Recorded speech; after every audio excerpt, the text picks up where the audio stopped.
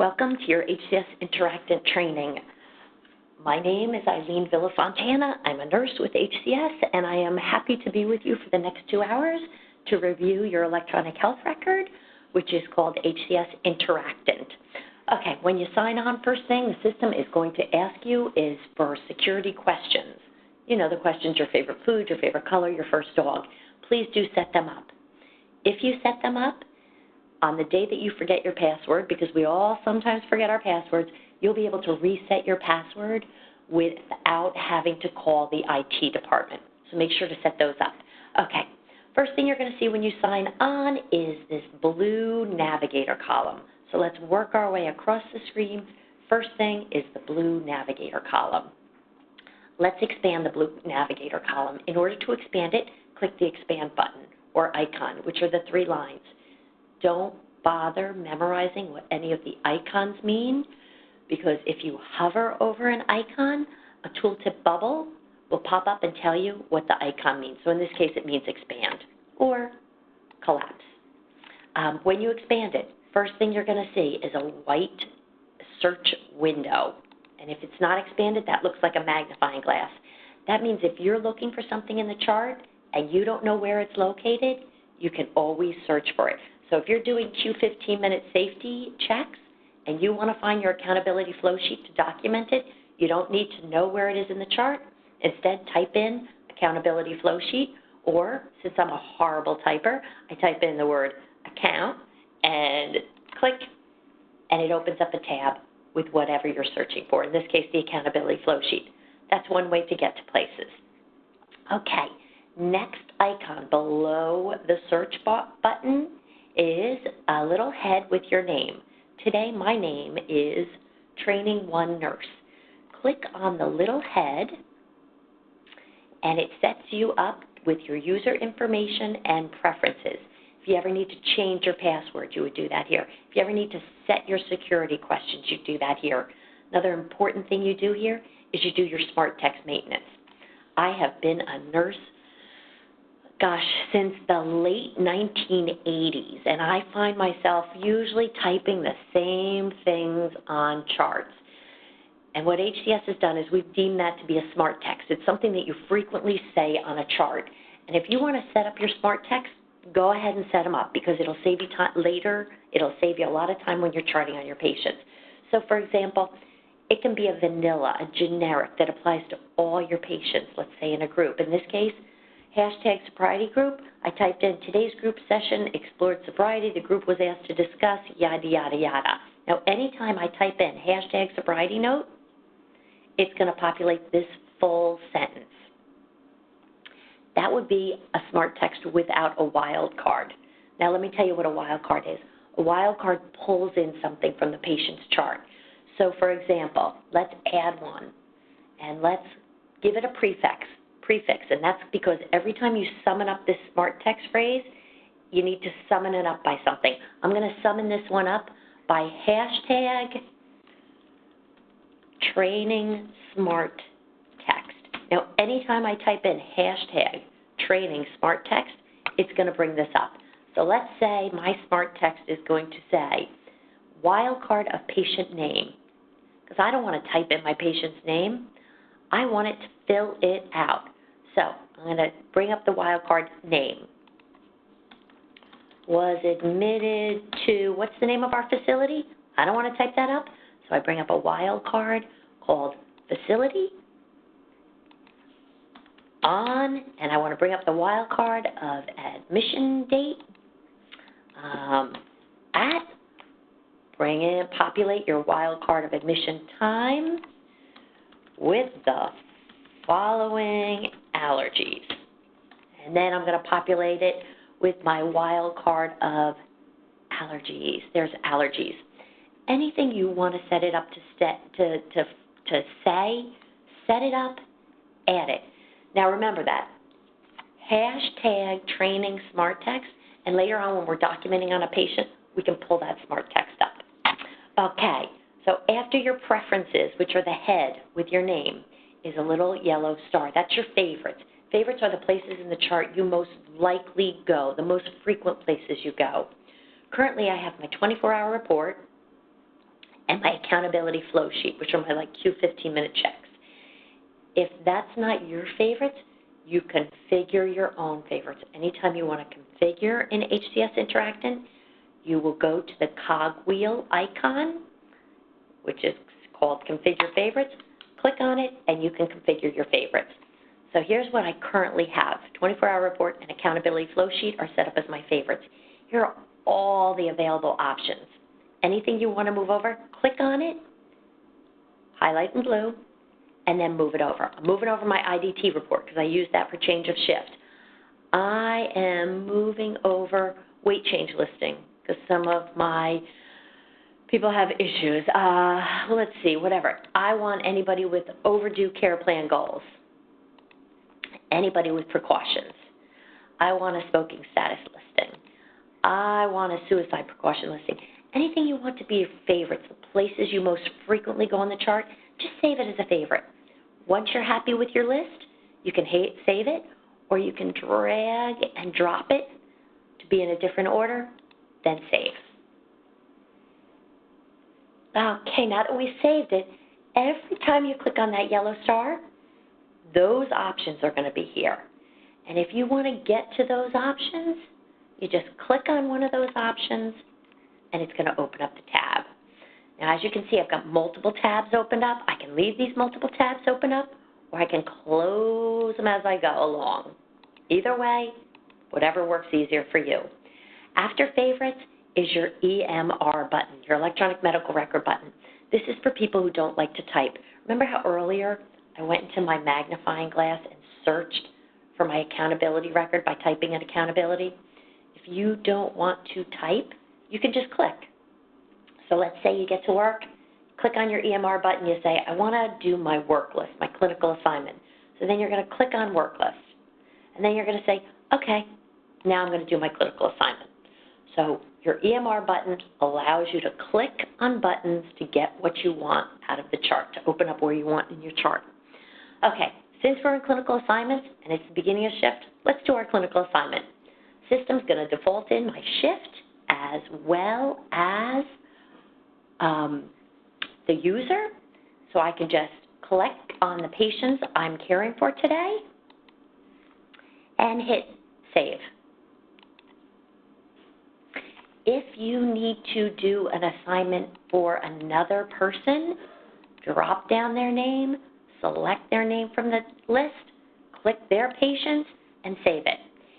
If you want to see who cared for a patient previously, select the patient's name, it'll be in blue, and then click on assignment history to see a list of who cared for the patient previously. Okay, now our EMR work list. And what our EMR work list is, it's your dashboard. It's where you're going to do all your work. And what the EMR work list does is it's a graphical representation of what's going on. Here's your patient's names, their room numbers, alerts, and charting requirements.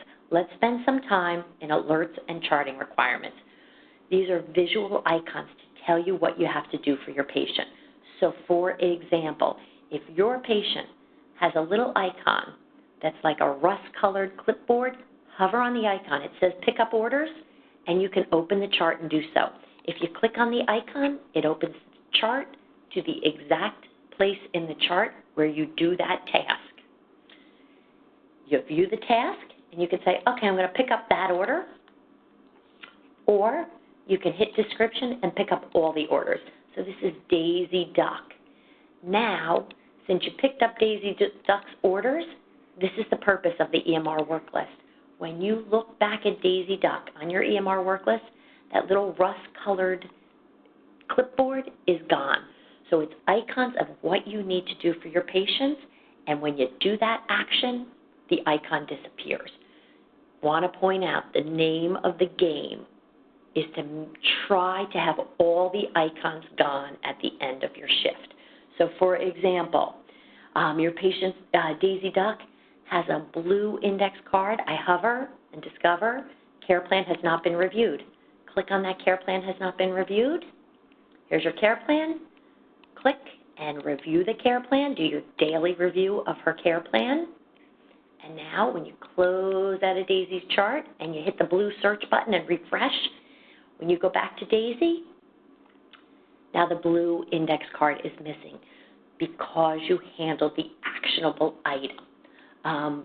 Bugs Bunny has a yellow pill. Hover on the yellow pill, and you can see an order is due on the EMR. Once again, any icon, click on it. It opens the patient's chart to that exact place in the patient's chart where you can do the actionable item, whether it's reviewing your care plan or, in this case, it's giving a medication. Now, once again, this was Bugs Bunny. Once you give the medication, hit your blue search button, and the yellow pill's gone. So always look at these icons. Hover on top of them, and it will tell you. For example, Wonder Woman has orders due on your EMR.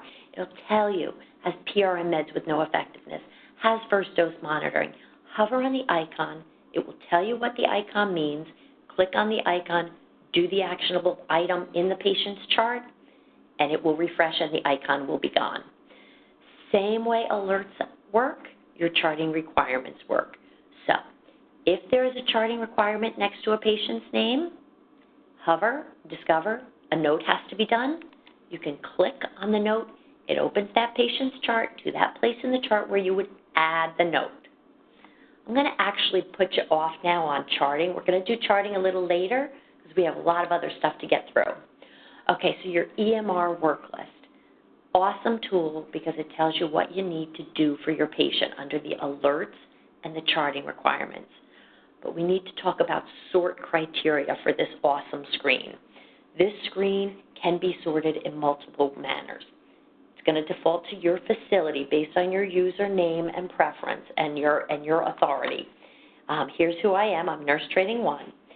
If you want to slice it and dice it and say, you know what, show me my alerts in a different format. This is like real-time data analytics. Show me just the patients with a medication due. Drop down your alert window, select your alert, in this case medications due, hit your blue search button, and now you'll see patients with medications due now or in the future. And you can even hover on the icons and see, uh-oh, Tinkerbell has meds overdue by 10 hours. Yikes.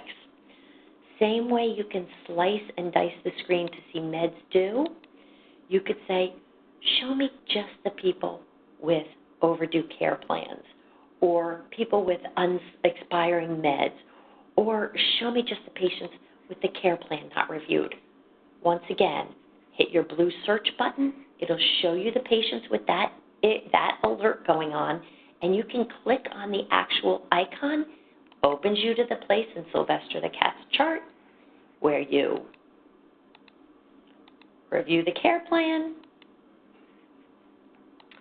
and now it updates and Sylvester drops off the list because he no longer has the alert of care plan not reviewed. Okay, so spend some time looking at these alerts because it allows you to focus your time into dealing with just what you need to deal with. Same way you can slice and dice it by alert, you can also slice and dice it by severity or classification, such as just show me my behavioral patients. Anytime you select a sort criteria, always refresh it, hitting your blue search button. Okay, the next is sort toggle, is current shift to previous shift to all. This allows you, during change of shift, when you're coming on, to say, show me the previous shift, and let me see if the previous shift cleaned up these alerts, or if the person who worked the previous shift has meds still overdue, or whatever outstanding items they have. What we found in our practice at other facilities is that this current shift to previous shift toggle allows providers to work in a collaborative manner. They now, in change of shift report, in addition to using the IDT report, they are also toggling back and forth in order to see what has not been accomplished. The next toggle is work list to account to pre-admit. Okay, work list to account to pre-admit. Work list allows you to see just the patients who you assigned yourself during your clinical assignment process. Remember, we did clinical assignment, and this is just the patients who I assigned to myself today. Now, if one of my coworkers goes to lunch, I would, in my practice, click on account, hit my blue refresh button, and now I can see everyone on the unit so I can cover their patients while they're having lunch. Once they get back from lunch, I say, hey, I'm going back to my work list, hit the blue refresh button, and now I'm viewing just the patients I'm assigned to. Same way, if you need to prep for pre-admissions, you can toggle over, hit your pre-admits and your search button, and see who's in the pre-admit status. Okay, so that is your EMR work list. Last thing I'm going to point out about the EMR work list as we scroll across, if you see a column like date of birth, attending, nursing station, patient type, service, admission date and time, medical record, if you see a column you don't like, remember you can always go to this column view by clicking on a header and say, I'm going to get rid of service. And now that no longer appears. So it's like an Excel spreadsheet that you can customize the data.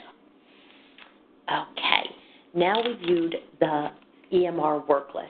Before we dig into patient's chart, I want to talk about these two other tabs that are here because I think this is important. Next to your EMR work list is your medication administration. Remember, meds are important. Meds are important. Default to your facility. Select your nursing station or leave it white to see the whole house. Start, date, time, how many hours do you want to see? And show me everybody with outstanding meds, the PRN, outstanding meds. Okay, so that's your medication administration tab.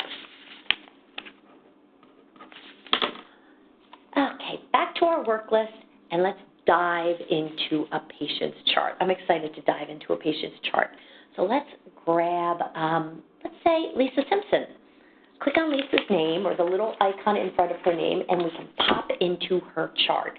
When we pop into her chart, first thing you're going to see along the right side of the screen, the alerts. These are the same alerts that are on your EMR work list. When you're on your EMR work list, you can click on an alert, and it opens the chart to that location so you can handle the alert. Same exact thing.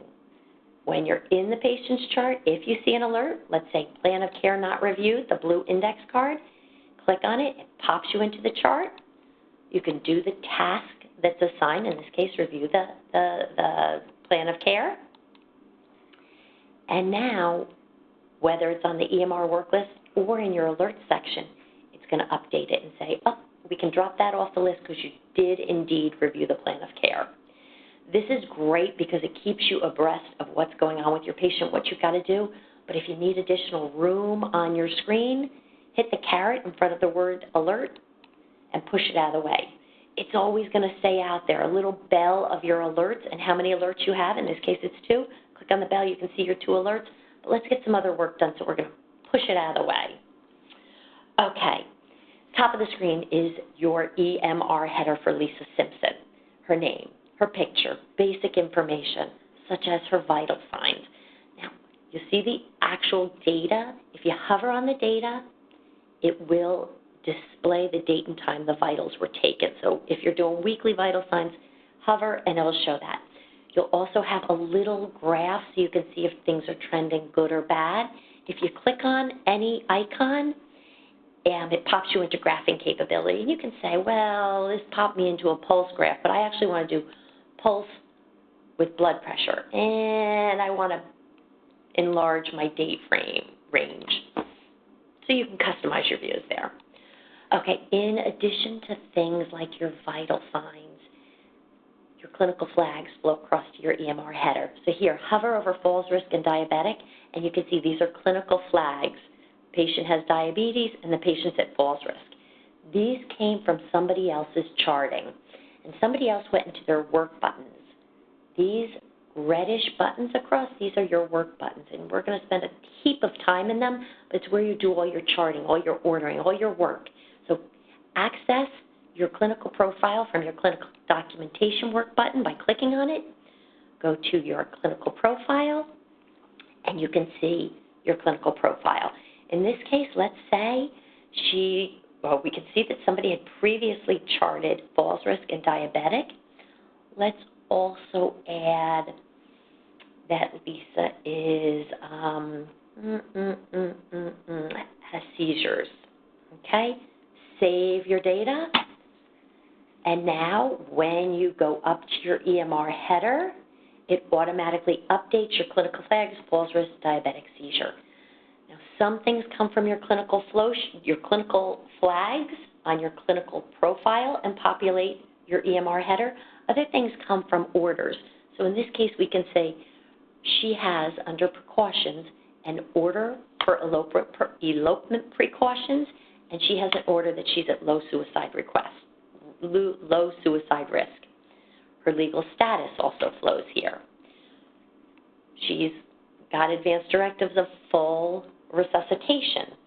All of this information, if you want to see where it's coming from, click on it, and when you click on it, it'll bring you to the place in the chart where it was charted. So I say no active observation order, click on it, and now I can see what orders she does have because it opens up your display order tab.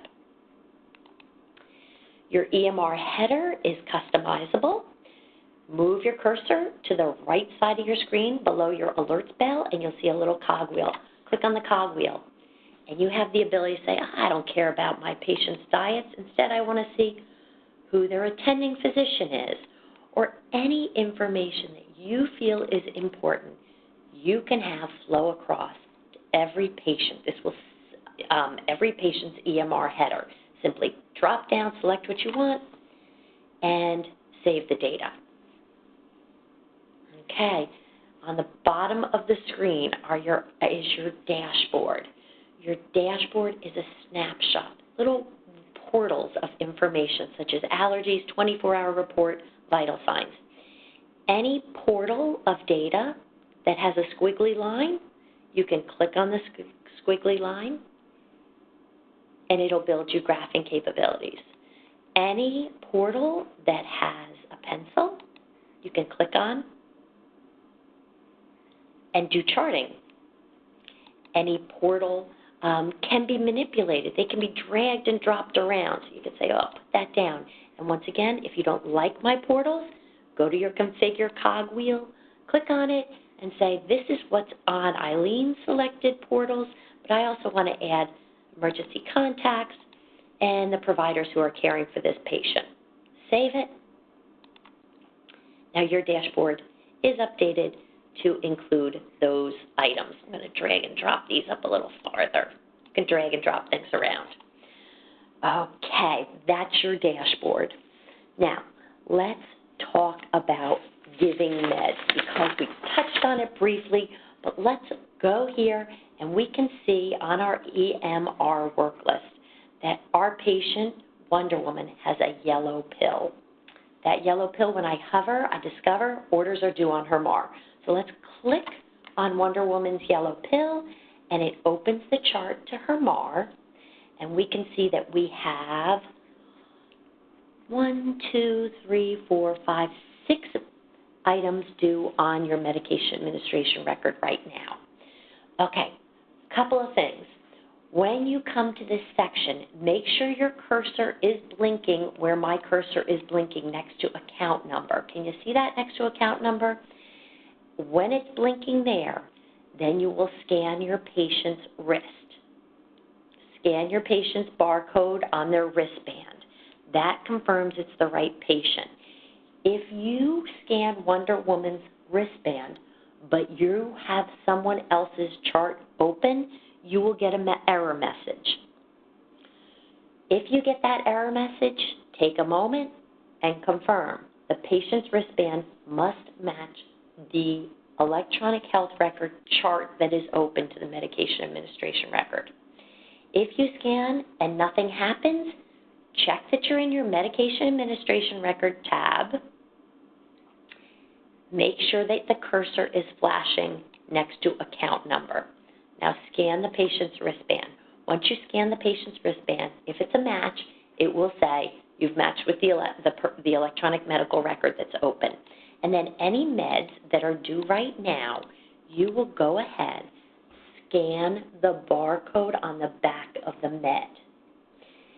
If they don't scan, check to make sure your cursor is in this box that says NDC number. If your cursor is not in the box that says NDC number, take your mouse, move your cursor to that box, click on that box, and then rescan your meds. It will match with the meds that are ordered for the 5 rights for Wonder Woman. If a medication has a package that's damaged, let's say the little blister pouch of a certain medication, the barcode on the back of it is scratched off. If that is the case, you can select that one medication manually by clicking in front of it and hitting the administer button, okay? Once you hit the administer button, that would be if you can't barcode the medication. I do want to warn you, we are capturing the data on how many meds you're scanning versus not scanning. So use your scanner.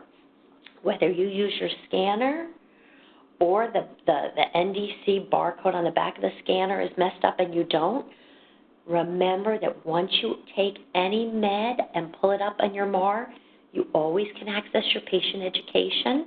Click on the little blue book and see your patient education, including my favorite, which is how to pronounce it. You can always, from your MAR, see your drug interactions and see if anyone's overrode it, and then save the med, okay? That would be clicking on a med and administer if the barcode scanner is damaged, if the barcode on the back of the med package is damaged.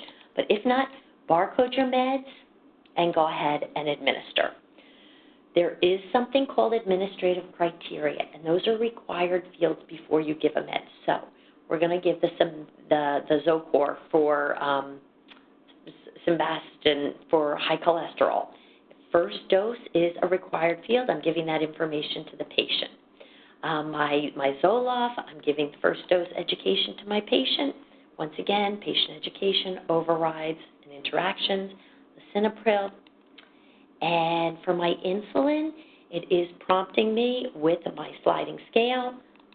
Let's say I'm giving 2 units because the sugar is 170. And save. And now you've given those meds. Just going to reiterate, when you're doing your medication process, make sure before you scan your patient's wristband that the cursor is on account number. Before you scan the medications, make sure the cursor is on NDC number, okay? Now that we've given medications, I want to talk a little bit more about this screen because there's a lot of sort criteria on this screen. I think it's important because of the nature of your MARs being so lengthy to talk about the sort criteria. In order to better see this screen, I'm going to push my EMR header away. So anytime you want your screen to appear larger and have more room on your screen, in front of your patient's name, there's 2 little lines in the shape of a carrot top. You can click on that and it pushes your EMR header away. For someone my age, it's nice to have a little more real estate on the screen so I can see it. Once again, you can drop down your EMR header or push it away. Now back to our MAR. You can search your MAR based on a date range, a time range, a number of hours. Many of your medications are tied to flow sheets. So if you want to search for your MAR based on a flow sheet, you can do so. Shift versus user selection, uncharted versus all. Let's give a scenario for your status toggle of uncharted and all. If your patient says to you, you didn't give me a med, you have the ability to toggle out of uncharted into all, and now you can see in administrative status what meds were given. So your patient says, you didn't give me my Depakote. Here you can go down and say, actually at 5:50 this morning, I gave you your Depakote and it's flagged as given. So you're able to toggle over to meds that were already given, to review that they were given. And then PRN view. This is actually my favorite part of this, because generally, if your patient is in crisis, you need a quick way to access your PRNs only. So it defaults to both PRN and non-PRN meds. But if something happens to your patient and you need access to just your PRN meds, toggle to your PRN only medications, and those PRN meds will come up, and you can go ahead and administer those PRN meds. Okay, so that's your medication administration record. Once again, the important things to know are you can toggle between uncharted and all, toggle between PRNs and all, or you can even pull up under review your patient education information for the patient.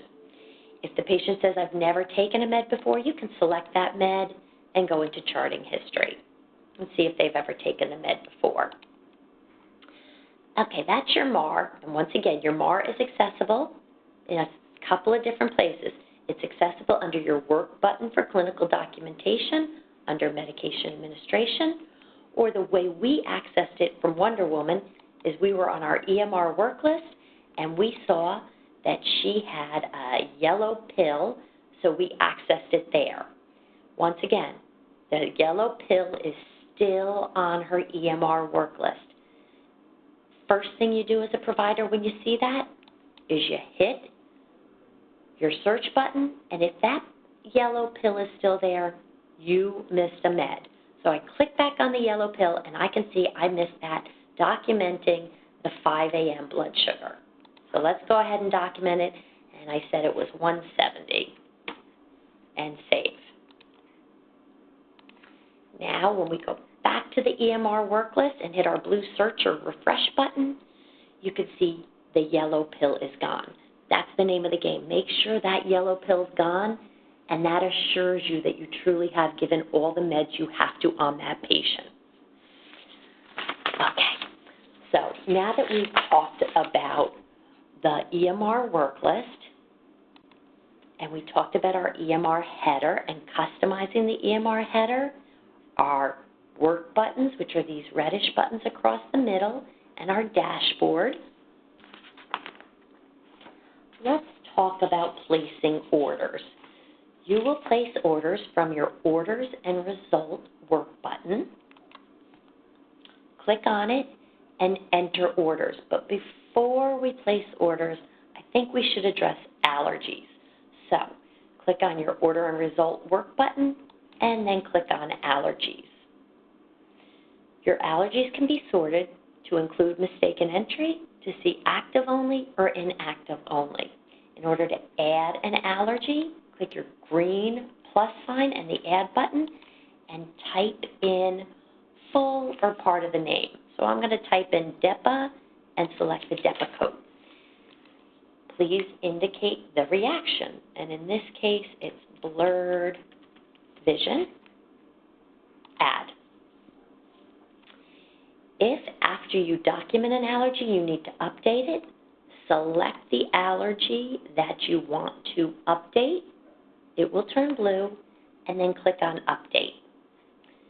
Now you have the ability to update, so blurred vision and dizziness. Save, and now the DEPA code allergy is updated to include blurred vision and dizziness. Once you select it, you also have the ability to inactivate it. If it was inactive, you could select it and activate it, or you can flag it as a mistaken entry. Don't forget, you can view your mistaken entries over here. Wow, I got a lot of mistaken entries in my training system. Or you can view active or inactive. Now let's place orders. Access orders from your Orders and Result work button. Under Enter Orders.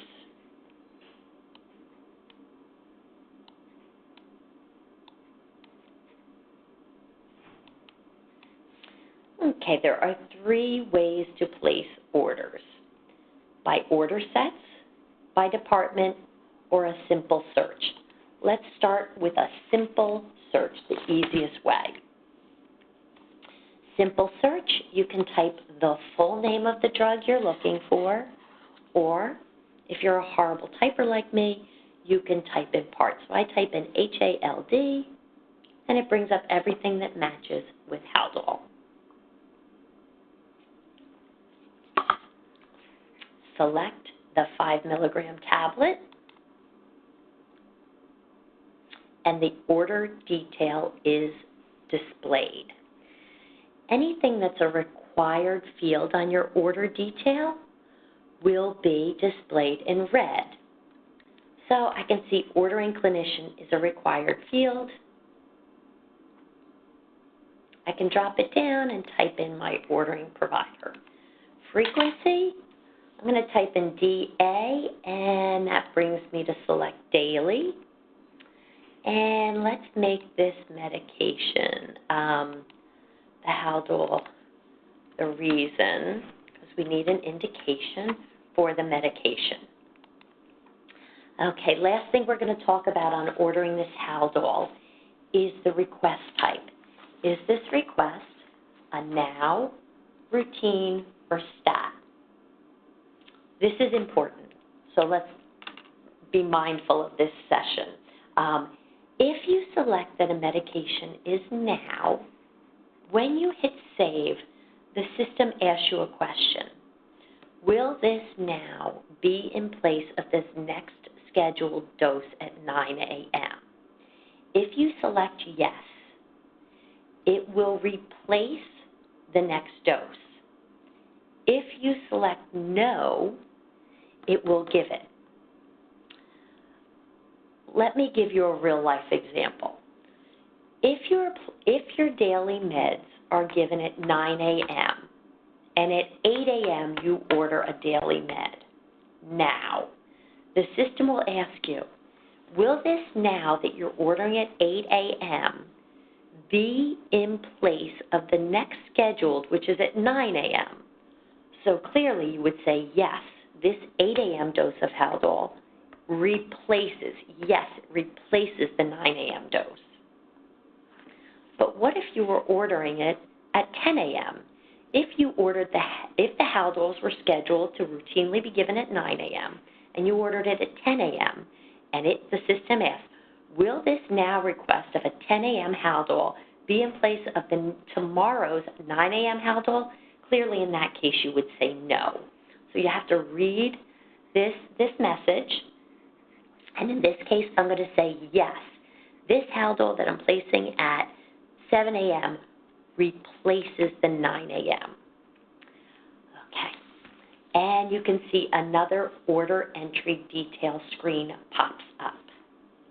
Your facilities have wisely decided to automate your protocols, your practices, so certain medications trigger certain nursing assessments, as well as certain lab orders.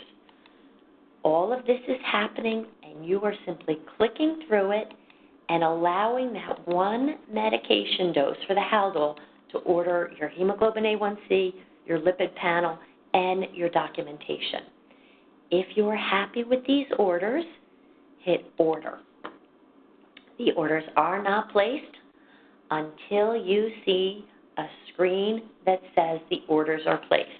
So right now, the orders have not been placed. We're still in scratchpad mode, and it's running through all of your drug to drug, drug to lab, drug to food, dose range checking by AHFS class. Running through all your checks. So at this point, it's saying there's a dupe based on your AHFS class. And you can say, I see these interactions, I see these issues, but I'm going to use my clinical judgment. Until you see this screen, selected orders have been placed, the orders haven't been placed. So always wait for this screen. Okay, and now you've placed those orders. So that's placing a simple order. Before we leave placing simple orders, I want to talk about sliding scales. So I'm ordering a simple order for insulin. I'm going to go with the Novolin. And in placing the Novolin, let's see our required fields. And frequency, I'm going to type in ACHS, and a required field in red, it's for insulin-dependent diabetes mellitus. And now your sliding scale. If you place an order for something that requires a sliding scale, select your sliding scale. And in this case, my patient does not have insulin resistance, so I select the medium and save them.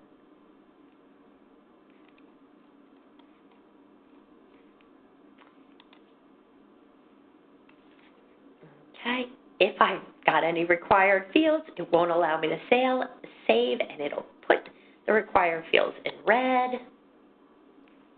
And once again, your facilities have wisely decided to automate all of the processes. So when you place an order for insulin, it's automatically going to place your order for a finger stick. Okay?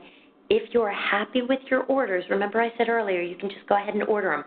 If you're not happy with your order, click on the pencil. It brings you back to your order detail screen so you can update it. If you'd like to remove an order, click on the red X. That removes it. If not, click on your order button. Here's your telephone read back. If you're a nurse taking a TO or a VO, read that back to the provider, and then go ahead and place the order. Keep them on the phone until you see the screen stating that the orders have been placed. Because remember, your orders may have drug to drug, drug to food, drug to lab, interaction checking, and you're going to have to read those interaction checks to the provider. Okay, that's placing simple orders, a simple search. You can also place orders by department. So let's say you want to do just code status, or just diets, or just precautions on your patients. You can do that. In this case, the example I'm going to choose to use is just laboratories. So in this case, you can click, click, click, click, click, and say, I need to place an order for a CBC.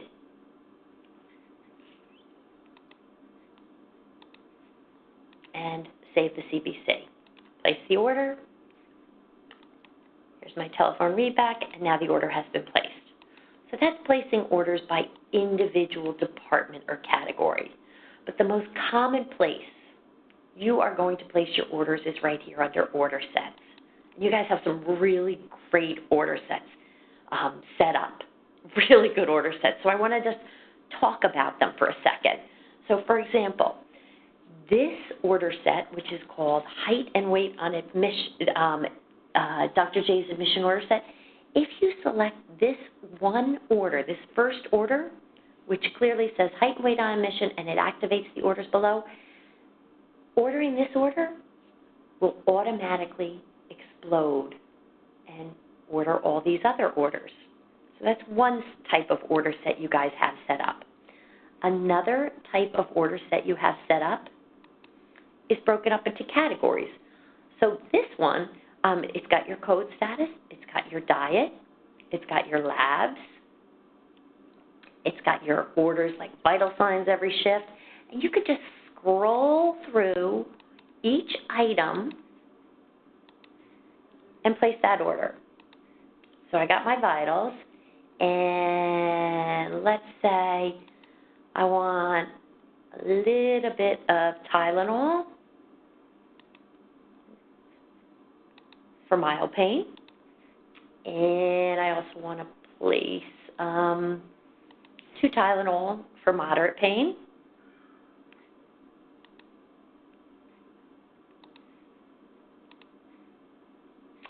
And I want to give 600 of ibuprofen for severe pain. So an order set allows you to have orders for each department, and you simply click on them, and when you click on them, it places all those orders together.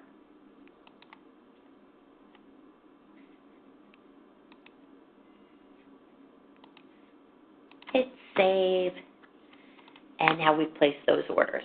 By clicking the order button, we're in the process of placing the orders. Here's your drug to drug, drug to lab, drug to food. Remember, if you're taking a telephone order, you are reading this back and reading these specific interactions reading these duplicates, as you're reading them, if the provider needs additional information, click on the little blue eye to display more information, and then hold them on the phone until you read the final box, telephone order, selecting place orders is confirmation that these orders have been placed. Read it back to the provider and confirm it. Place orders. And when you see this screen, you know you placed those orders. Okay? Let's stop for a minute and talk about the order workflow for placing medications, because now you know how to place them in the system. But I want you to know where they go in the system. So, if you take a verbal order, that verbal order goes to the physician to-do list under a category that says orders that need to be signed. So your verbal orders go to your physician to-do list to be signed.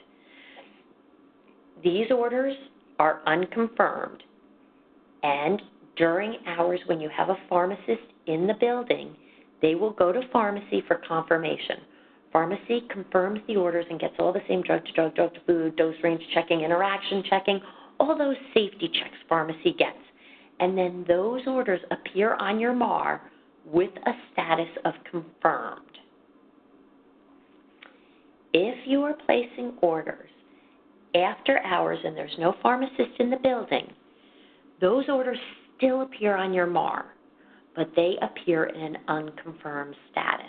They appear in an unconfirmed status, which you have to be mindful of, because that means only one set of eyes has been laid on the interactions. And then pharmacy will go in when they come in the next morning and confirm them. So let's actually go to the MAR for Lisa Simpson so I can show you that unconfirmed status. You access your MAR either from your EMR work list from the pill icon, or if you're inside a patient's chart, click on your clinical documentation work button, and then click on your MAR. Okay, so here you can see this medication for the Haldol is in the status of pharmacy unconfirmed because it's so early in the morning here in New Jersey that pharmacy hasn't come on yet. Okay? Pharmacy hasn't yet come on. So that's why it has not been confirmed yet. You can view anything you need to do here. So if you see it's unconfirmed and you want to say, I'm going to review the patient education, I'm going to review the authorized because it was unconfirmed status, you can do so from your MAR. Maybe you want to know, has this patient ever had this unconfirmed med before? Because you know, the first time they take a med is the highest risk time. You can click on the med and go to your charting history to see if they've ever had Haldol before. In this case, she hasn't had Haldol before. So be mindful of this pharmacy unconfirmed status.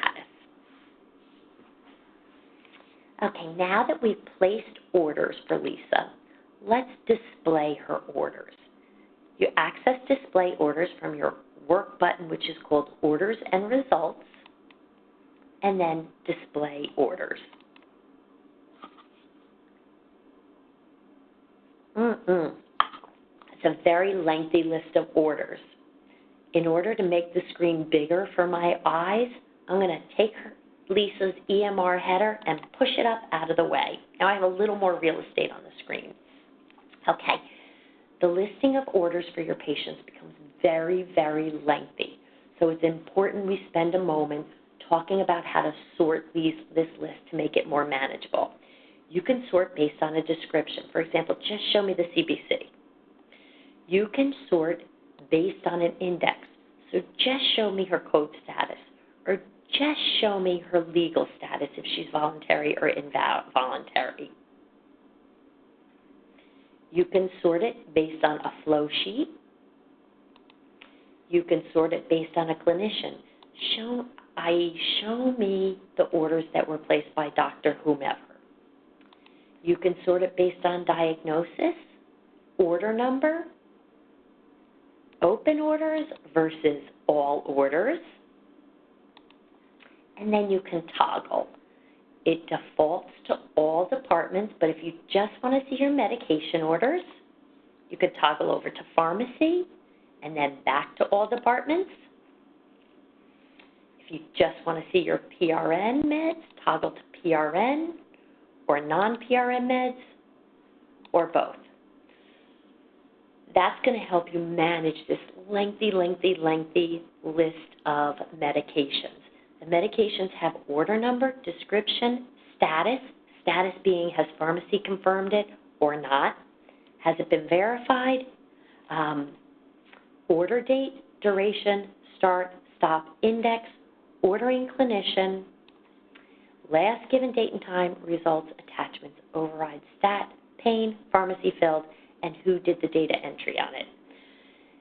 Remember, if the patient says, I used to get X, Y, and Z, and you didn't give it to me, that to me is a clue maybe the order was discontinued.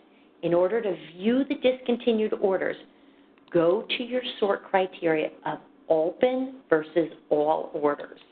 Click on all orders, and now in your view, you'll be able to see, yes, you used to get Zyprexa. I'm sorry, that was discontinued on the 8th at 12:42. And you can continue and say, well, let's review the patient education on it or view any information on the medication as to the historic information, who discontinued it, okay? So this all orders versus open orders is a powerful button because if your patient questions you about their medications. Okay. In order to drill down and see more about any of these medications, click on the medication and your activity buttons now become active. Order information is such as display the order, display the history of who placed the order, or administrative history, which tells you more data if the med has ever been given. If you need to update a medication or discontinue a medication or replace or extend, you can do so from here. Any one of these options is going to prompt you. So I'm discontinuing the Colase, prompted, prompts me for a reason, canceled by clinician, discontinue. Here's your telephone read back. Remember in red at the bottom, you got to keep them on the phone, read this back, and only after they say roger that do you discontinue the order. Okay, with these orders, in addition to being able to see the information of who ordered it or who gave it, we just talked about the update, discontinue, replace, extend. Review allows you to see the patient's education, drug to food. Cool part about this is if you're in display orders and you need to do some teaching, the print button is right there. You can also print a rec if you need to for your display orders. Okay, we're going to change gears now, and we're going to stop talking for a minute about medications, and we're going to talk about more of a lab order and completing those orders. In order to complete lab orders, go to your work order and result work button, and then select complete orders. Once you select this screen, it's prompting you which department, and you could be lab, dietary, social work, pharmacy, and in this case, here are open lab orders. You can select all by clicking on the box next to description, or let's say you're just doing the CBC, you can select just one.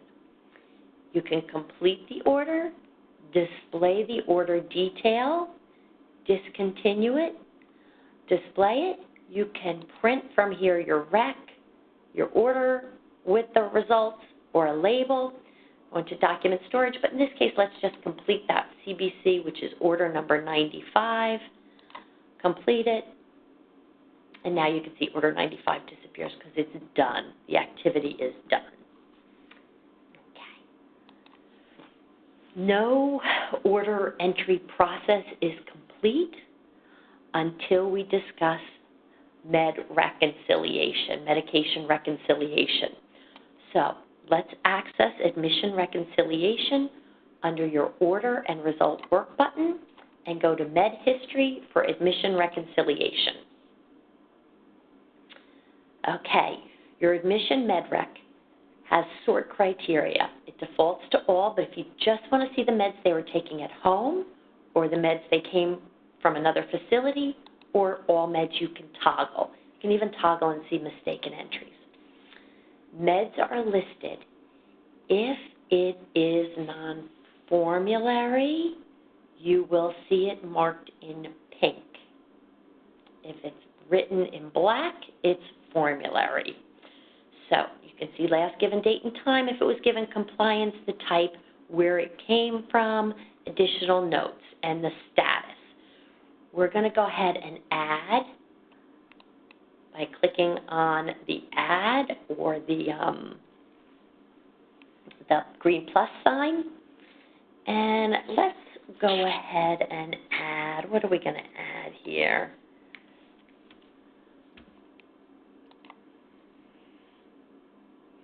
Zyprexa. I can suggest an alternative. And this they were taking at another facility, or I can say they were taking it home. And my dose was 5 milligrams in 1 tablet, and they were taking it daily. Do you know the last given date and time? You can chart if so. If not, you can say it's unknown. Compliance, patient was taking as prescribed. Okay. The next field is status, and this is important. Adding a medication to the admission reconciliation. If we select do not continue, the med sits out there in the admission rec process, and it just sits out there, and it's not continued to the inpatient order entry system. If you select continue, the system will go through its required fields checking.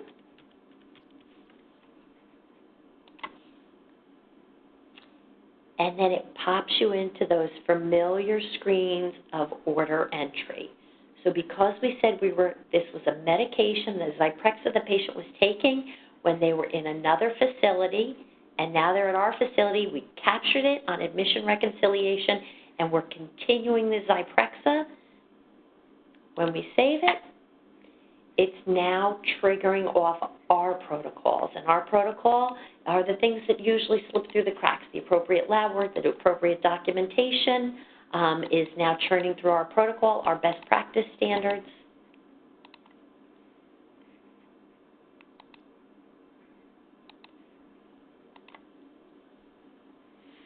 This is your confirm. Are you cool with these orders? If you're good with the orders, hit order. If you'd like to change any detail or remove them, you can do so. If not, go ahead and order them. Now, because you're making this an inpatient order, you've got your drug to drug, drug to lab, drug to food, all your dose range checking. You have your telephone readback, and when you're comfortable with the data and have gotten the appropriate response from the ordering provider, hit yes, and now you know that order has been placed. So now here's your Zyprexa, and they were taking as prescribed when they transferred over from another facility. You captured the data on the admission reconciliation, and you continued it to an inpatient order, and now it's inpatient order 101. Okay, that's your admission reconciliation process. If anything is amiss with this, amuck, you can select the order and chart it as a mistaken entry. The next step in the medication process is discharge rec. So we'll access that from your orders and results work button. Select med history for discharge rec. And all of the meds the patient takes are listed out. If you'd like to include mistaken entries, you can include the mistaken entries. They appear in red. The medications are listed out, grouped by AHFS class.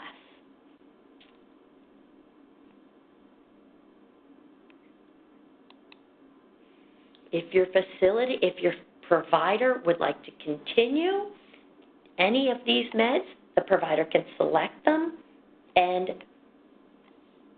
continue them to be discharge meds, as well as print the prescriptions and the discharge instructions.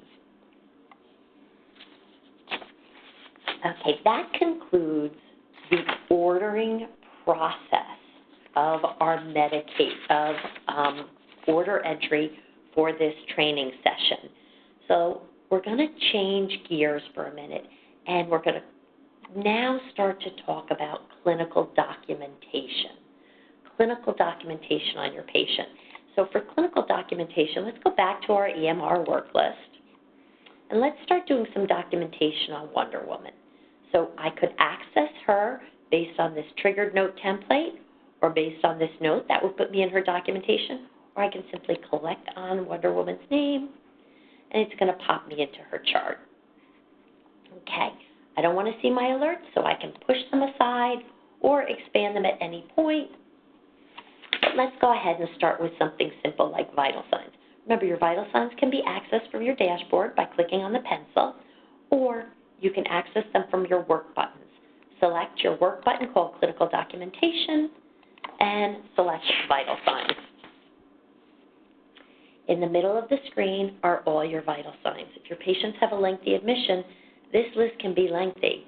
So if you would like to sort it and only see blood pressure and pulse, you can go to your type windows, select date range, and now only those items will show.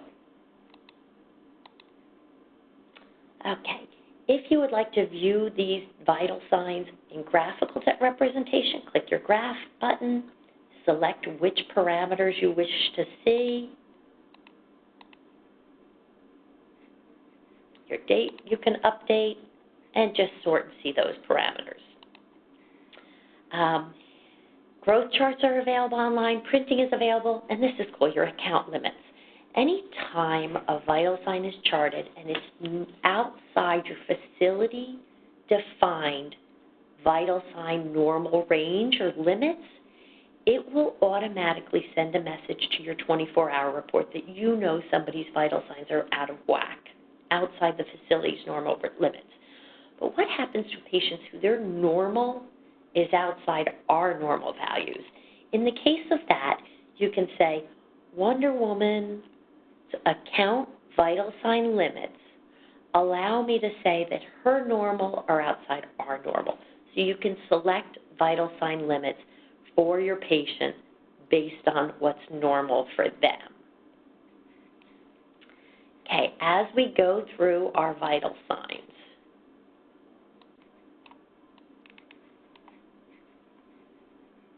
here's her normal limit. This is our facility normal limits, and I could say, let me change them because her normal is different. And now it updates it.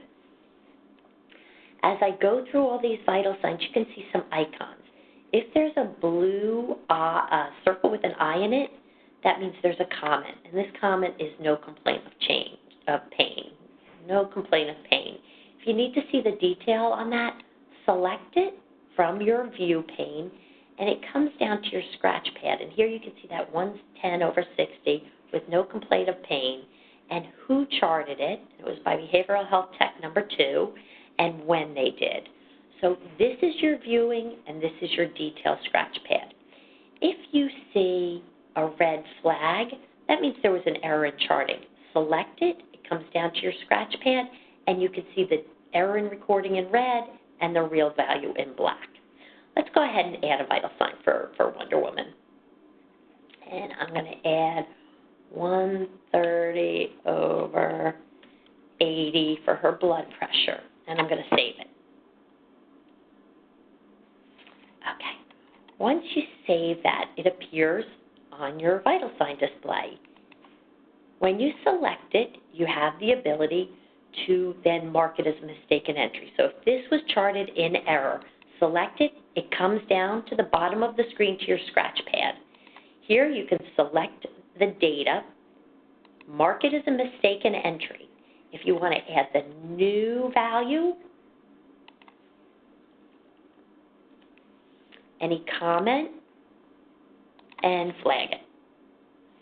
Now the new value appears. If somebody else wants to drill down and see that mistaken entry behind it, they select it, and they'll see it on their scratch pad at the bottom of the screen.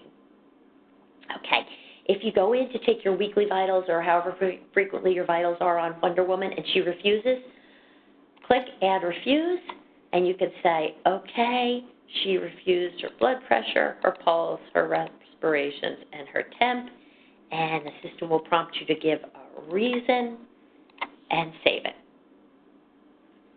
Okay, last thing, and this is for all documentation in HCS Interactive.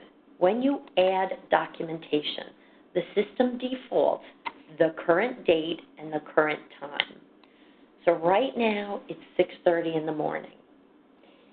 If I took her vital signs on a piece of paper, which we all hate because then we run into transcription errors, but I didn't put it in the system, I can say I did it at 6 a.m. and I'm charting it at 6:30, the current time. So the system holds on to the time you did it versus the time you said you'd do it. Okay, now that we've added vital signs for an individual patient, if you instead have to enter vital signs for all patients, you can enter them this way and then go out to your next patient, say next is Tinkerbell, click on Tinkerbell, open her chart, go to her clinical documentation work button, click on vital signs, and add Tinkerbell's vital signs. Or you can click on your search and say, I'd rather do vital signs by work list. And this allows you to either do your work list of the patients you were assigned or the entire facility. Hit your blue search button. And now you can just enter the vital signs from this screen. So you can do Betty's vital signs. And once you get Betty's vital signs,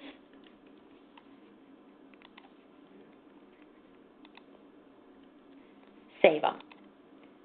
And then the next person in the room sitting in the chair next to is Bugs. So click on Bugs' name. And then you see Daffy Duck sitting next to Bugs. Click on Daffy Duck and add his. So this allows you to do everyone's vital signs from one screen. Same way I'm talking about vital signs, I'm going to talk about weights because weights are a part of vital signs.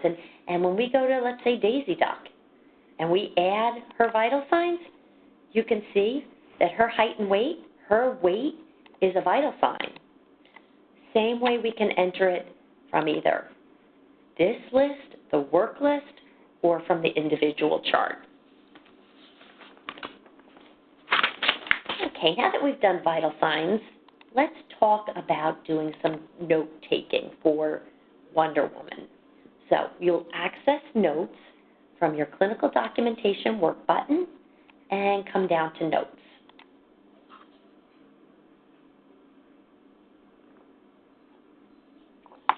Notes can be somewhat lengthy because there's a lot of charting that goes on your patients. So in order to give more room to the screen, I'm going to click in front of Wonder Woman's name and push her EMR header out of the way. If you need to sort your notes, you can sort them based on text, based on disciplines, such as just show me the case manager's notes, or just show me the physician's notes. Or you can sort based on a user's name, or based on a template, such as just show me the cows, or just show me the CWAs. A tag, such as just show me the behavioral notes. You can sort based on a date range. You can include order entry notes. You can see notes and toggle between unsigned or confirmed and unconfirmed. So these are your search criteria. And here's notes down below. When I look at these notes down below, I can see that there have been several cows done for this patient. So we're going to look at the cows, but before we look at the cows, let's add a free-form note. So I click on Add and add a note. It defaulted in my discipline as nursing, and now I need to tag it. Remember, you have to tag it because later on someone may come in and say, just show me the behavior notes, or just show me the progress notes. So tag it. If this note that you're about to write is really important and you want to send it to the 24-hour report, which will be examined by your physicians and by your staff during change of shift report, or if you want to send it to physician messaging, or to both 24-hour and physician messaging, you can do so. Now, a couple of ways to add a note. One, you can free text in. If you free text in, remember you always have spell check. If you would like to free text in and be aware of your care plan, you can select this button and you'll see your care plan problem statements and goals. A couple of other ways to go ahead and add a note. And we talked earlier about smart text, and I believe we made a smart text that was called #training. So I just typed in #T, and here's my #training smart text. And remember we said it was wildcard name, was admitted to wildcard facility on wildcard admission date at wildcard admit time with the following allergies, wildcard allergies. Click on it, and it replaces the wildcards. And now my smart text reads, Wonder Woman was admitted to El Dorado's Behavioral Health Facility on February 1st at 4:30 with allergies to Abilify and penicillin. Okay? So you're using the smart text to automatically generate things that you frequently write. Another smart text that I had set up was at the sobriety group note. So I just typed in #F, and up came sobriety. Today's group session explored sobriety. And here's my sentence that I always write. This is awesome. And these smart texts are going to save you a ton of time. But my concern is, what if you can't remember your smart text? If that's the case, if you can't remember #S brought up sobriety note, #T brought up my test training smart text. Instead, you can pull up all of them. Your function F4, which is the key on the top of your keyboard that has an F and the number, a capital letter F and a number 4, if you hit that, all of your smart texts come up. All of your smart texts. And here I can see I made an admission one called #admit, and you can see it had a wildcard of name, was admitted to wildcard facility on wildcard admit date. Let's click that, and here you can see it automatically populates. So 2 ways to access it. One is with your smart text prefix and code word. So that would be like #sobriety note or #test training note. Or if you can't remember them, remember hit your F4 button, and now you can say, oh, I have one that's called #not attend. And it says Wonder Woman did not attend group session today as Wonder Woman was in session with wildcard, her attending physician, Dr. Jonica. Okay, so that's your smart text, and that is awesome for writing notes. Awesome sauce right there because it's going to speed your notes. Let's go ahead and save this note.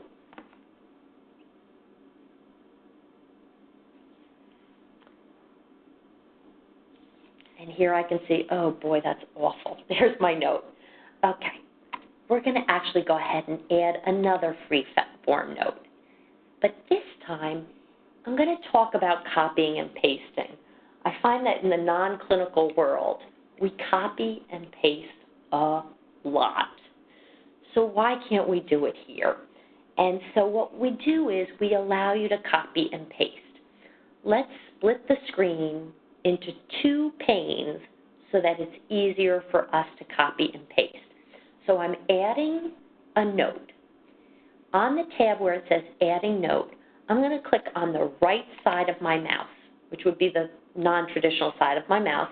It brings up a pop-up window saying, do you want to close all the tabs, close other tabs, close all tabs? No, I want to move to other view. And by clicking on that, it allows you to split your screen in half. So I have one panel docked to the right where I'm adding a note, and I have another panel docked to the left where I'm viewing previous notes. This is my default that I set up in my user preferences under my head in my blue navigator column. Remember the head in the blue navigator column? If you would prefer to dock top to bottom, have a panel panel on top, a panel on the bottom, you can do so. And you can do it as your default in your user preferences, or see this little button, dock to bottom? You can change it here. You can dock it to side or top to bottom. And now you could take something from a note, copy, and paste it in. Then go ahead and save the note. Oh, red required field.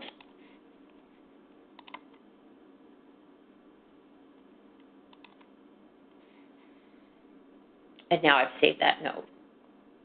So once again, if you're in any tab, and let's actually do this Notes tab, you can right-click on any tab, move it to the other view, and split your screen. This button allows you to dock top to bottom versus left to right. If you're done split screen, simply close your tab, and it moves it back to one screen. Okay, let's go back to Notes because I haven't covered everything. Clinical documentation work button into Notes. Okay, I just charted that note. And boy, I charted it, and then I copied and pasted and charted it again. If I don't like the note and I want to flag it as a mistaken entry, select the note in blue, flag it as mistaken entry.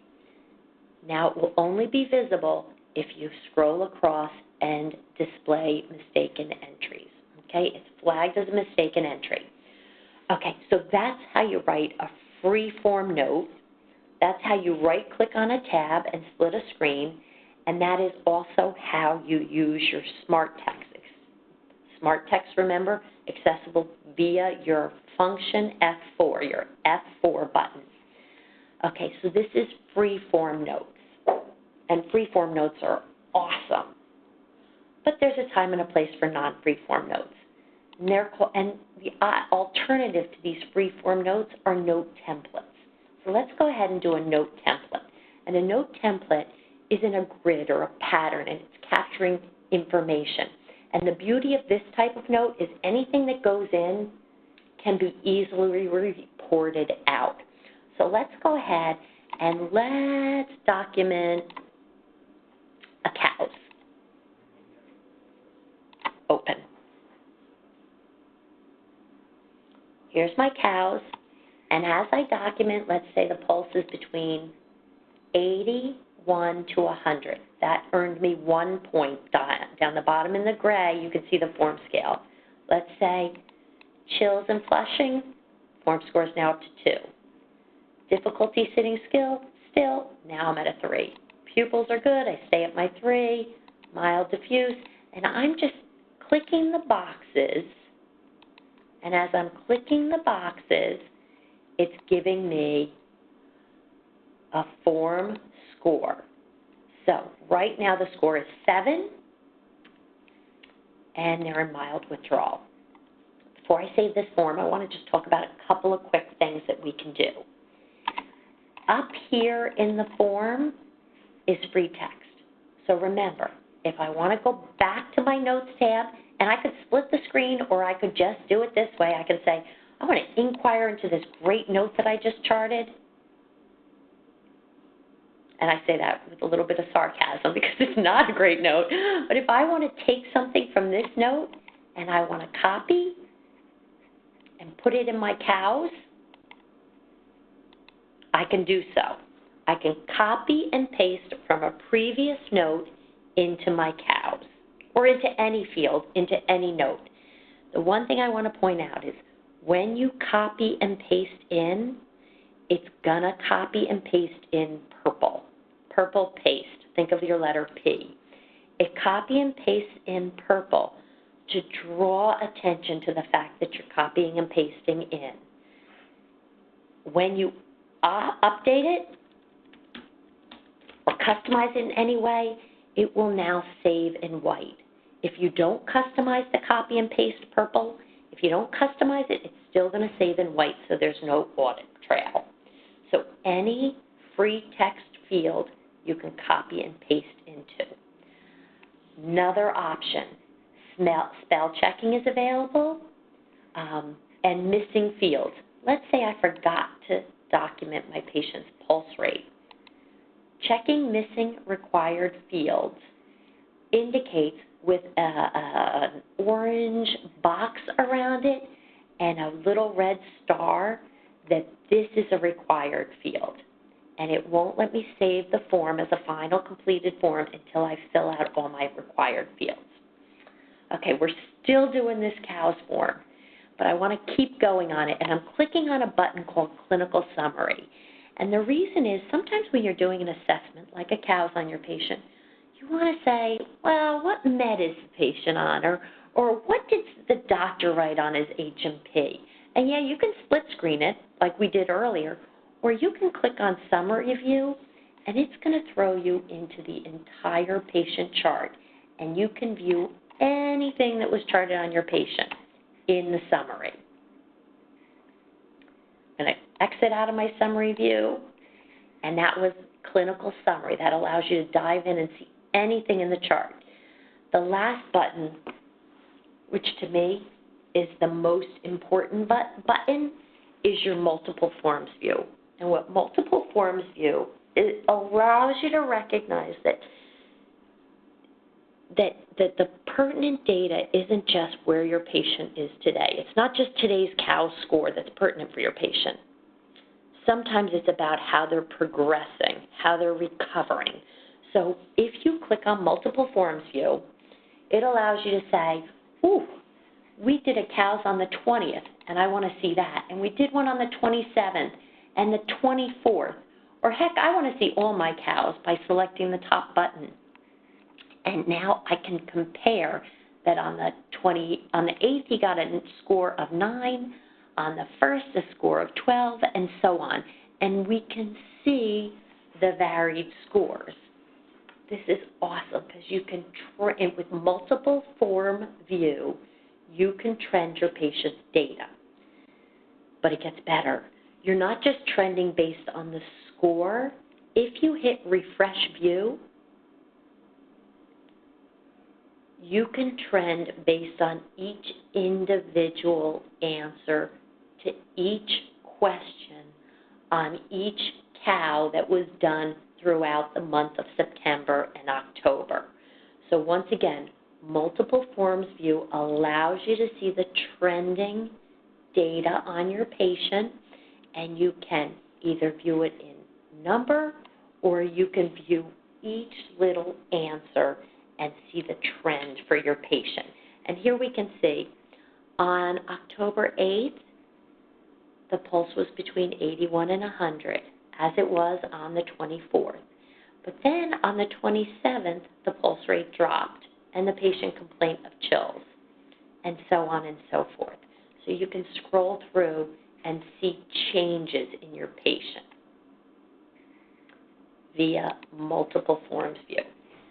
Okay, once you're happy with this assessment, and I'm going to delete this information, you can go ahead and save it. I do want to point out that for me, the most important thing on this in this area is the multiple forms view, and you don't just view it when you're adding a form. If you're inquiring, if you select one form and you inquire into the form, you still have the ability to access your clinical summary or to access your multiple forms view. So those options are available whether you're adding a form or whether you are going in and inquiring on a form. Okay, next thing we want to talk about are the buttons. So, and as I said, audit allows you who charted it, multiple forms view is the trending data, clinical summary throws you into the whole chart. Okay, so we did this documentation. Let's say we just love this note. Love this note. It's the best note. Or we love this COWS. It is the best note ever. And this COWS that we did yesterday was so good, we want to copy it forward. You can select a free form or a note template, hit your copy button, and it'll assign today and now's date and time. It'll bring you into the form. And because it's copying forward, it's carrying forward previously charted information, it brings it forward in yellow. So carrying forward previous data that automatically carries forward appears in yellow. When you change it, it appears in white. If you save it, the yellow goes away. So let's just reiterate. Carrying forward previously charted data carries it forward in yellow. If you go in and copy and paste it forward, it saves it in purple. Both the yellow and the purple go away when you save a form.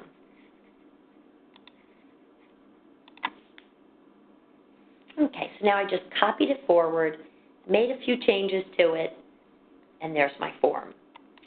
Okay, the next button is your update button. So let's take that cows we just did and use our update button. Update works to say, oh, I made a mistake on 1 or 2 fields, and I really want to update those mistakes. So select your form, it appears in blue, click your update button. And let's say I forgot to put patient state feels good, or whatever I want to update it with, and I just want to change the pulse rate back to 81. Now when I save this form from the update, anybody else who goes in and inquires on that form is going to see the changes that I saved on the update, such as patient states he feels good. If somebody wants to see the previous charting, what I updated, they would select the form, go into review, select the form, which means the line highlights in blue, make sure that line's highlighted in blue, then go into review and select history. In history, once they're in history, they're going to see the form as it was saved. Select mistaken entry, and you can see that my original didn't say the patient states he feels good, and I changed the heart rate. So history allows you to see what was updated because you can include your mistaken entries. Very different from update is the function to do an addendum. Addendum allows you to add data. If a field is already filled out, you can't change it. If a field has not been filled out, you can change it on your addendum. So think of update as changing data. Addendum is only adding where a field hasn't previously been completed. Okay, a couple more things we've got going on here. So we've covered update, whether you're updating the whole form or just the tag. Remember, the tag is the cows or behavior note. Addendum adds to only fields that haven't been previously charted. You can confirm it, co-sign it, see triggers. Sometimes you'll do a form, and by doing the form, so it will trigger additional protocols to kick in. So you have a policy where if somebody charts that the patient has violent self-destructive behavior, it will trigger the behavioral restraint form. So all this is going to happen in the background. If you want to check and see what's happening in the background, use your trigger button. Remember, if it's something that's triggered, you can see it here. You'd also see it under your alert window as a triggered form, or you'd see it on your EMR work list as a triggered. Okay, back to Wonder Woman. Okay, so we've talked about forms, we've talked about triggered, we could talk about printing, whether it's a new or a list. We've talked about reviewing so that you can see the history if there's been any addendums. Only other thing I want to talk about is once a form is out there, sometimes you have to add to it, such as a signature. You can add to the forms using these buttons. Okay, and we're going to actually do that under assessments because I think it's more appropriate to add things like your body checks under assessments. So we're going to locate our assessments under our clinical documentation work button. Click on assessments. Okay, when we click on assessments, every time I go to a new option, I talk about sort criteria. You can sort it and see just a certain form. Maybe you just want to see the aims, or sort it and just see the forms that were done by nursing or just by the physicians. You can sort by a date range, by a status, or you can show your account toggle, which is only going to show the assessments that were done during this hospitalization, this episode of care. If you select medical record number, that's going to show all the forms that were done over the patient's lifetime. So if your patient's a frequent flyer and you want to see his previous admission assessment, you can go to your medical record toggle. Okay, so now we can see forms that have previously been done on this patient. Let's go ahead and add an AIMS form. AIMS. And add it.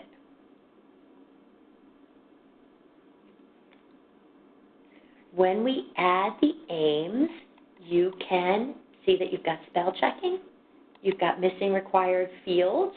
They're highlighted in a yellow box, plus you've got the red star. You can do multiple forms view, which we talked about on the cows, shows trending data, or clinical summary, which tosses you into their chart. Forms and notes and assessments are broken up into categories. If you want to click around and do your categories in a different order, you can do that. If you need more room on the screen, you could take your categories, headers, and collapse them. That'll give you a bigger screen, or you can expand them. You also have the ability to do category view. If you do a category view, when you click through your categories, it just brings you to that category, whereas if you go to your categories roll-through view, you can roll through and do your entire assessment form. Okay, so that's how you'd add a form. Remember what I said earlier. If you're adding the form and you want to copy and paste, you can. Just leave that tab open, go into your assessments, inquire. Oh, I hope there's something for me to inquire here. Copy, and then go back to the one that you're adding. And here you can see you're displaying. Let's close out of there. And here, I'm adding this AIMS, and I can go ahead and paste anything in. Remember, copy, paste appears in purple. Okay, so that's adding a form. Easy peasy. Under this category is your nursing admission assessment and your nursing shift assessment. Your nursing admission assessment is your inpatient nursing admission assessment, and your nursing shift assessment is nursing notes, patient data, and assessment. Let's go ahead and say this nursing shift assessment was so good, I'm going to copy it forward to this next shift.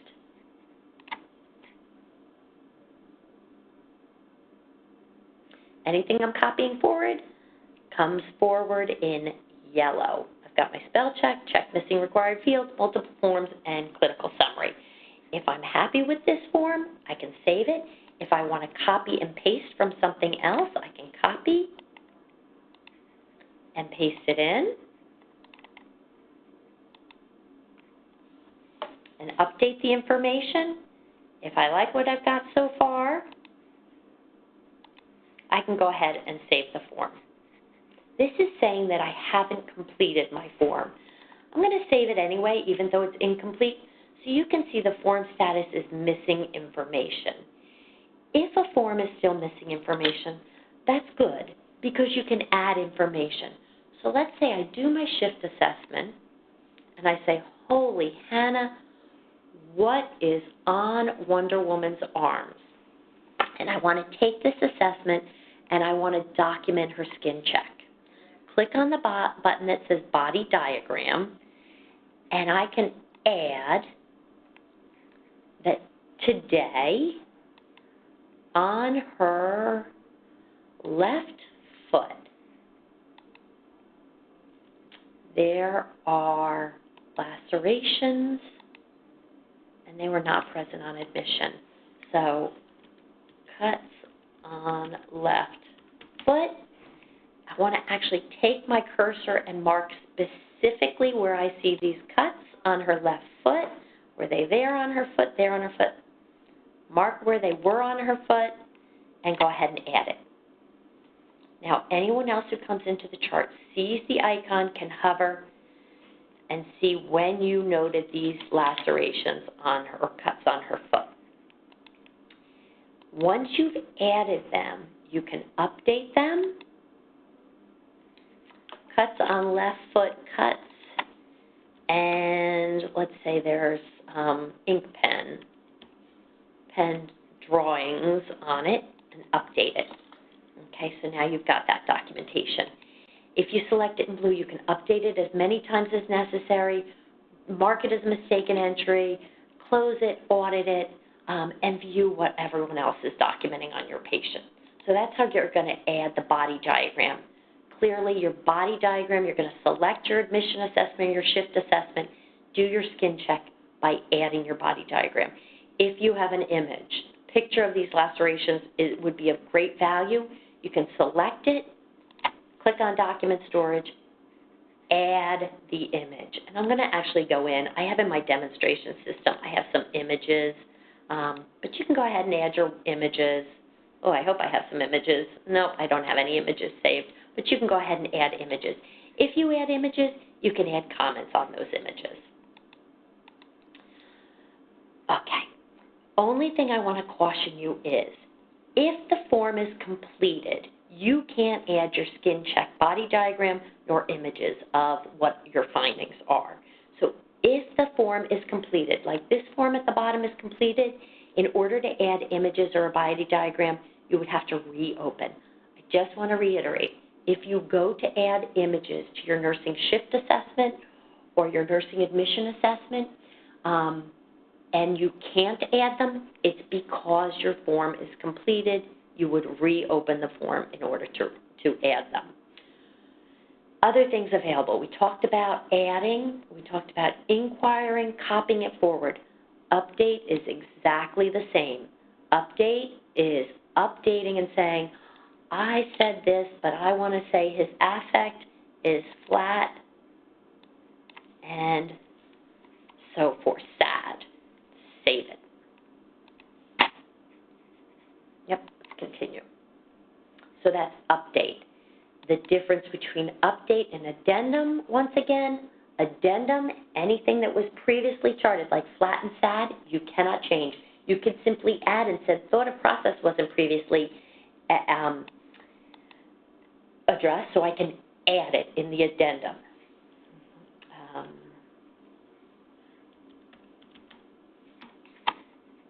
Save it. So that's the difference we talked about. Update allows you to change. Addendum, you add. Either way you look at it, once you select the assessment, highlight in blue, if you go to review history, you can view both the addendums and the updates. Okay. Lastly, if the entire form is a mistaken entry, you can flag the entire form a mistaken entry because I copied this on Wonder Woman's chart, but this actually was patient Tinkerbell. And now the entire form is a mistaken entry and will only be visible if you click Include Mistaken Entries. Okay.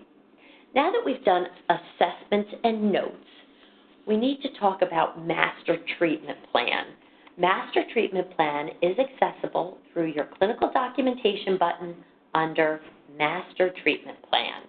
Master Treatment Plan has the same sort criteria as your assessments and your notes, and it's the same functionality to add, inquire, copy forward, update a few fields, meaning change the data, versus add an addendum to uncharted fields, chart the entire form as a mistaken entry, complete it, print it, review it.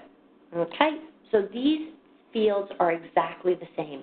There's really only one difference in the Master Treatment Plan, and let's add a Master Treatment Plan so you can see that. And the difference on your Master Treatment Plan is as followed. On your Master Treatment Plan, you will see the couple of differences. The first one is no change. You can see information that carries or flows forward in yellow. But here's what's important. Your problem list on your master treatment plan. Your problem list on your master treatment plan feeds to your group notes. So these problems feed forward to your group notes. Additionally, these problems are the same problem list that you will see on your care plan. So problem lists feed your group notes as well as your care plan. Let's keep going down, and we'll see the only other difference on your master treatment plan from your regular assessments is signature capture. So right here, if you want to get the signature of your patient, simply grab your Topaz device or your mouse, click on the signature button, and your patient can depress the mouse and go ahead and type Wonder Woman with your mouse or your Topaz device. I will tell you it is easier to capture a signature with a Topaz device because it feels like a pen in my hand. But you can capture your signatures on your master treatment plan with a mouse or with your Topaz. Okay, so far we have captured notes and assessments and master treatment plans. You've seen information flow forward in yellow. You've seen copying, pasting, carry forward in purple. You've seen smart text, which is accessible using the smart text code, which for me is #GroupSobrietyNote, or you've seen smart text being used using your function 4 button, and you've seen me split the screen, hitting on the right side of the mouse and splitting the screen. Now we need to talk about group notes, and with group notes, it could take a long time to enter a group note if you are entering a group note on multiple patients, okay, multiple patients. So what we want to do is we want to talk about group notes in terms of speeding documentation.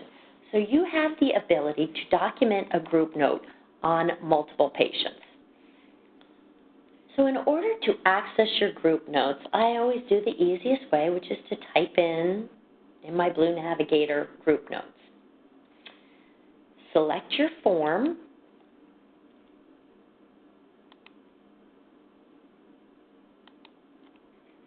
And I'm going to use group note as my form, date and time. Let's say it's occurring now, and my discipline is nursing. Now I'm going to select my patients. Am I going to select them from the account, which would be the whole first floor, search, or if I'd prefer to just do the patients on my work list, I can do that. Now let's go ahead and pick the patients who are going to be in my group. It's going to be Tinkerbell, Betty Boop, Lola Bunny, and Wonder Woman, and Lisa Simpson. As I select the patient's names under my clinical assignment of work list or account, which is the whole nursing unit, it builds my list on the side. If I'm happy with these patients, I simply proceed to my next button. If I don't like any of these patients to be in my group or they leave, I can X them out of my list. And hit next when my group is established with Tinkerbell, Betty, Lola, and Wonder Woman. Now that I have this list, when I am charting and the group icon is selected, I'm charting on all of their charts when group note is highlighted in gray. If I am charting and any one of their names is selected, that means I am charting on just their chart. So let's say, yes, the group was completed. The focus of the group was sobriety. I can type that out, or if I'd prefer, I could use my group note, my smart text. Remember, with a smart text, if the field is too short for your note, it'll truncate the note and it'll give you a warning message. Let's say where educational materials were given. Everyone got some papers on the information, and here's your problem list. Looks familiar from your master treatment plan and your care plan. And let's say this group is whatever your problem list is. Now, when I'm charting and this group note is highlighted in gray, it's going to everyone's chart. If I select Tinkerbell's name and I say click here, and that will only appear on Tinkerbell's chart. Now, Betty Boop, let's say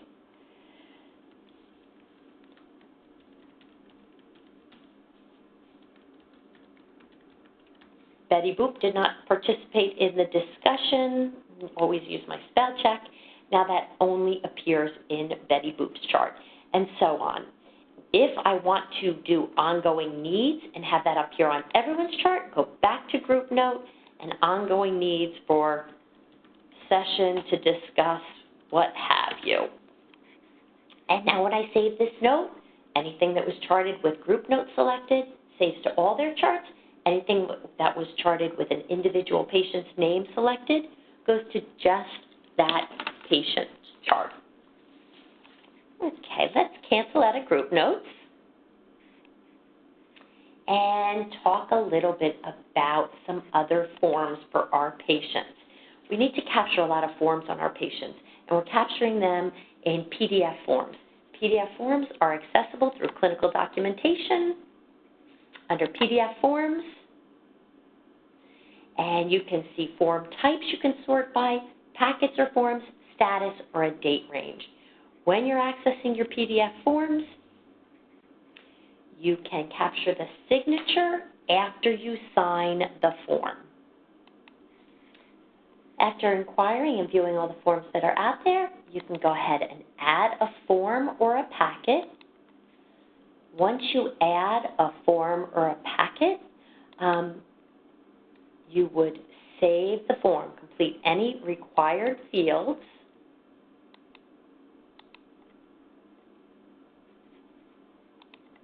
pull up your form by adding your form. Once the form has been added, if there's any check boxes on the form, check those check boxes on the form and save the form. Click any items on the form and then scroll to the bottom of the form and save the form. Now that the form is saved, select the form. When you select the form, it will highlight in blue, and now you can capture the signature. You don't actually sign on the PDF form. Instead, save the form, then select the form and highlight it in blue, and now you can go ahead and type in your patient's name. You can visualize the form with Wonder Woman and say, these are the boxes I've selected.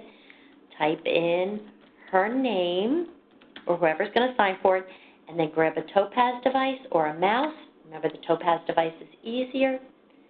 And go ahead, and now you're saving the signature. This is important.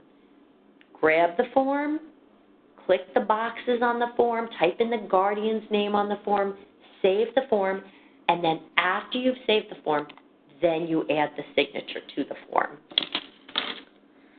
Okay.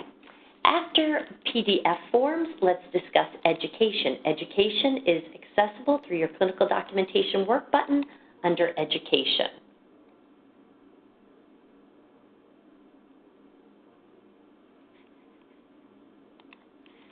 So for patient education, you can add freeform or add patient-specific. The patient-specific education, it pulls the electronic health record data from your orders and your problem list, active medications, and you select what you'd like to educate your patient on, hit your next button. It's going to bring up either your Medline information or your first data bank information at about a 4th grade level. You can customize it, save it, print it, and you've completed your education for your patient. After After education, let's talk about meal acceptance. You can add meal acceptance on your patient using your work button for clinical documentation and select meal acceptance. In order to document meal acceptance, select a date. The line goes blue, it highlights in blue, and you can go ahead and say for breakfast, the meal, my patient ate, let's say 50%, supplements, liquids, lunch, let's do 50%, and add that information. If you need to make any changes to previously charted information, simply select it, highlight in blue, go into your history, and make lunch a mistaken entry.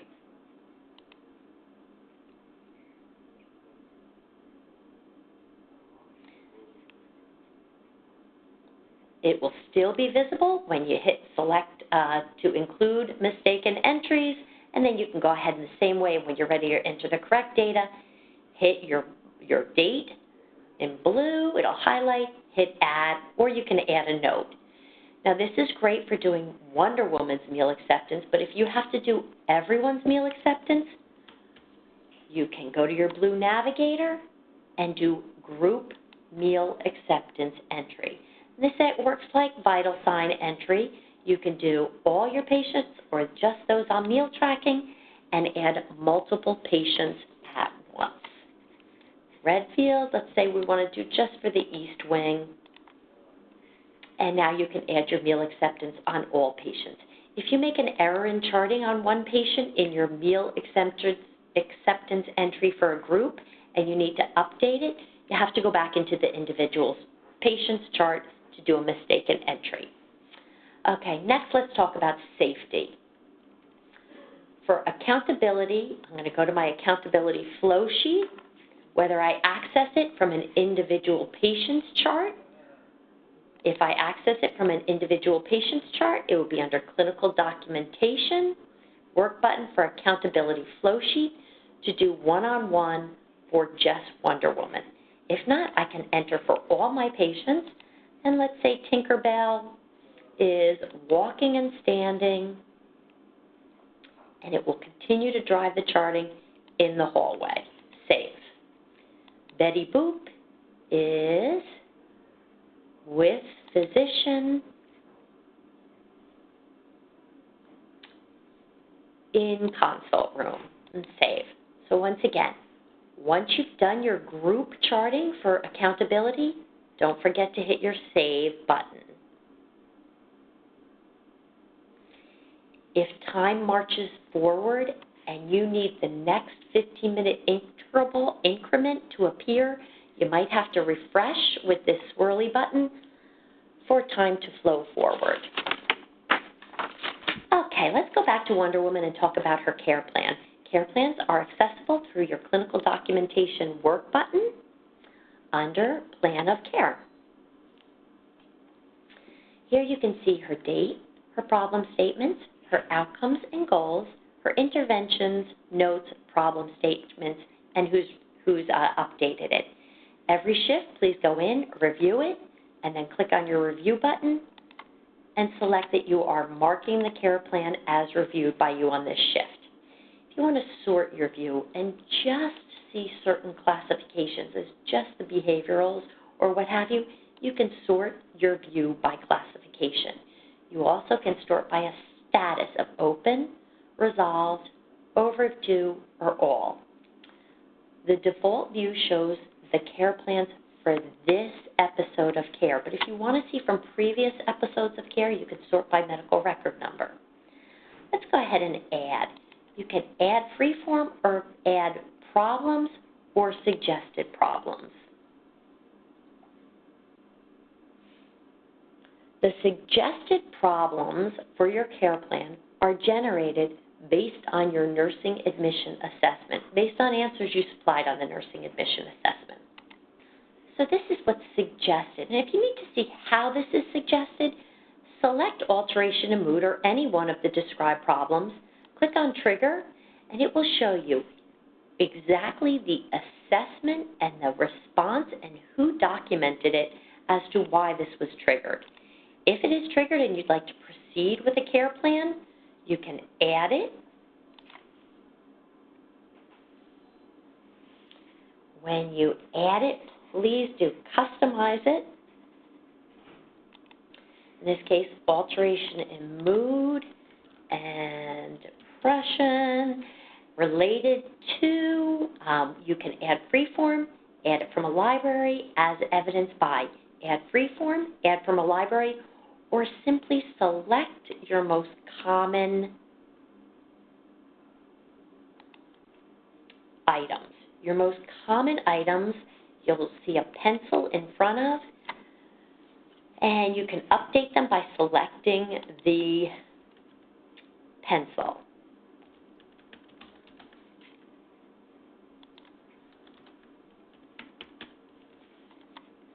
Go ahead and update it. Always use the pencil to update, and let's move on to our outcomes. Here's the short list of most common outcomes and goals, but you can add freeform, meaning type it in on your own, or add from a larger library, but here's the targeted library. Select any item. If you'd like to edit it, use your pencil to update it. Update it, give a new target date. This is a required field. Reviewed with patient and family, that's a required field. Let's add a short term, and I'm going to just add, will be compliant for 4 days. I'm not going to add a target date or reviewed with, so you can see the required fields turn red if you don't add them. So now let's go ahead and add those fields. And next we move on to our interventions. Once again, you can free type in interventions, you can add from a library, or simply select the most commonly used interventions. Customize them by clicking on the pencil.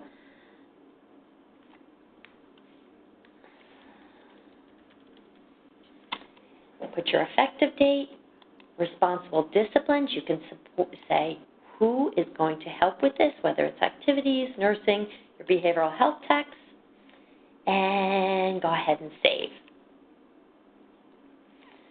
You can also add education from here, or we did it from education tab under your work button for clinical documentation. Once you're comfortable with your care plan, hit your add button in order to add your care plan.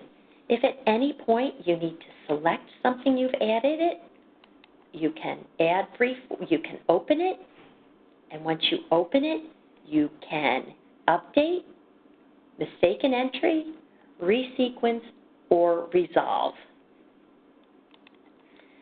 So let's see an example of resequencing. Select your outcomes, go to resequence,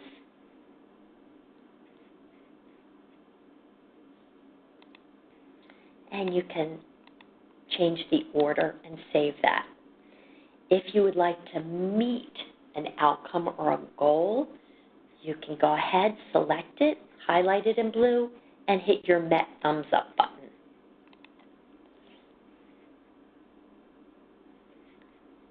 If you meet a goal, you can save that it was met. If you need to update target dates, select the item, and you can update the target dates, discontinue, mark as non-attainable, or add notes. In addition to care plan under clinical documentation, let's spend a moment on our summary. Summary is a snapshot into the patient. It allows you to do whatever you want. You can scroll through the sections of a chart. These are all the tabs in your chart, and view data on your patient. And it's great to have this window into the chart because it's a quick way to view everything you need to view on your patient's chart. But the best part about this is your configuration ability, your ability to configure a view for you.